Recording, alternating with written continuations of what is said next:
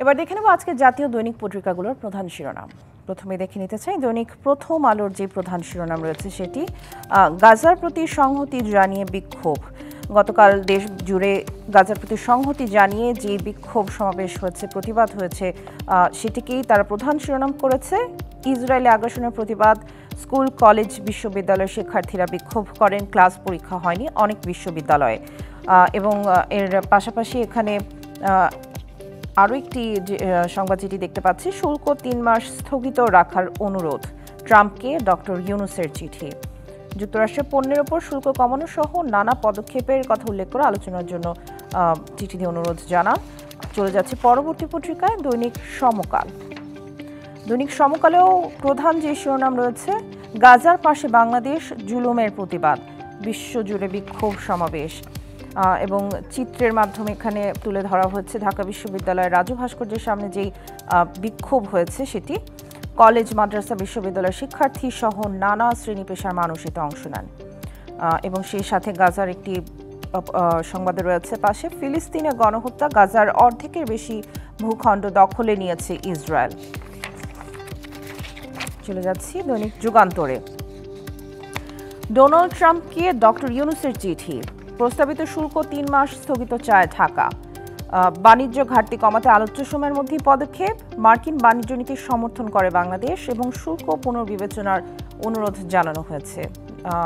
সোমবার যে চিঠি দিয়েছেন অন্তর্বর্তী সরকার প্রধান উপদেষ্টা ডক্টর মোহাম্মদ ইউনুস, চিঠিতে যুক্তরাষ্ট্রের প্রস্তাবিত ৩৭% শুল্ক পুনর্বিবেচনার অনুরোধ করা হয়েছে এবং ৩ মাসের জন্য তা স্থগিত চায় বাংলাদেশ।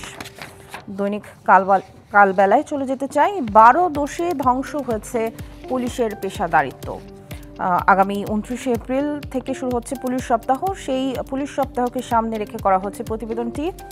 পুলিশ বাহিনীর ঊর্ধ্বতন কর্মকর্তারা জুলাই বিপ্লবে পুলিশ বাহিনীর উপর জনরোষ ও বিপর্যয়ের কারণগুলো অনুসন্ধান করছেন। সেই কারণগুলোই উঠে এসেছে প্রতিবেদনে।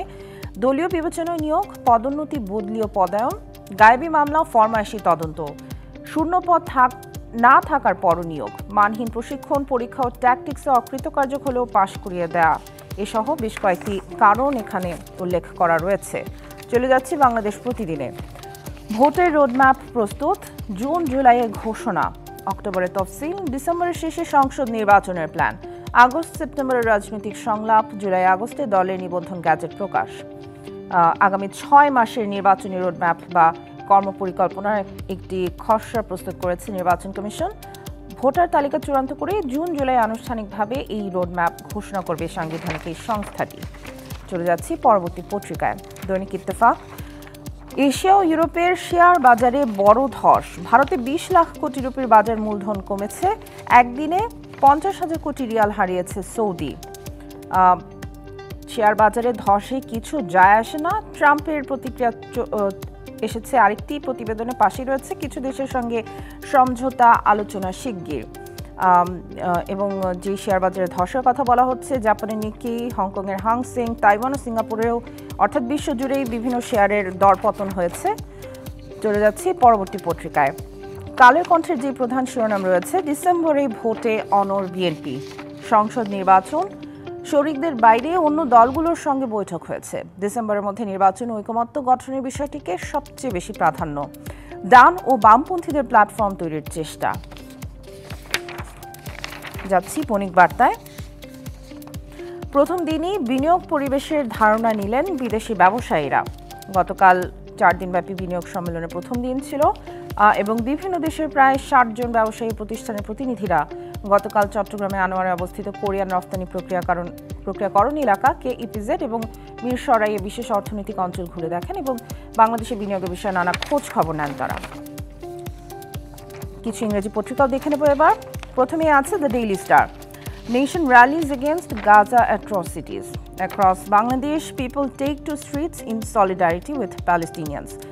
গাজার প্রতি সংহতি জানিয়ে গতকাল দেশ জুড়ে যে বিক্ষোভ হয়েছে সেই বিষয়টি প্রধান যে সংবাদ সেটিতে উঠে এসেছে।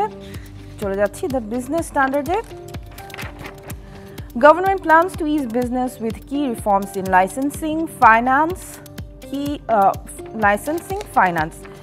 অর্থাৎ লাইসেন্সিং এবং অর্থায়নের মূল সংস্কারের মাধ্যমে ব্যবসা করার যে প্রক্রিয়া সেটি সহজীকরণের চেষ্টা চালাচ্ছে অন্তর্বর্তী সরকার। The daily observer.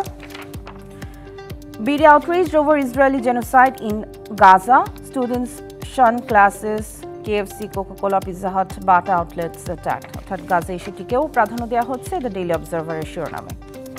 এরপর আছে সবশেষ আমার হাতে আছে দ্য নিউ এজ।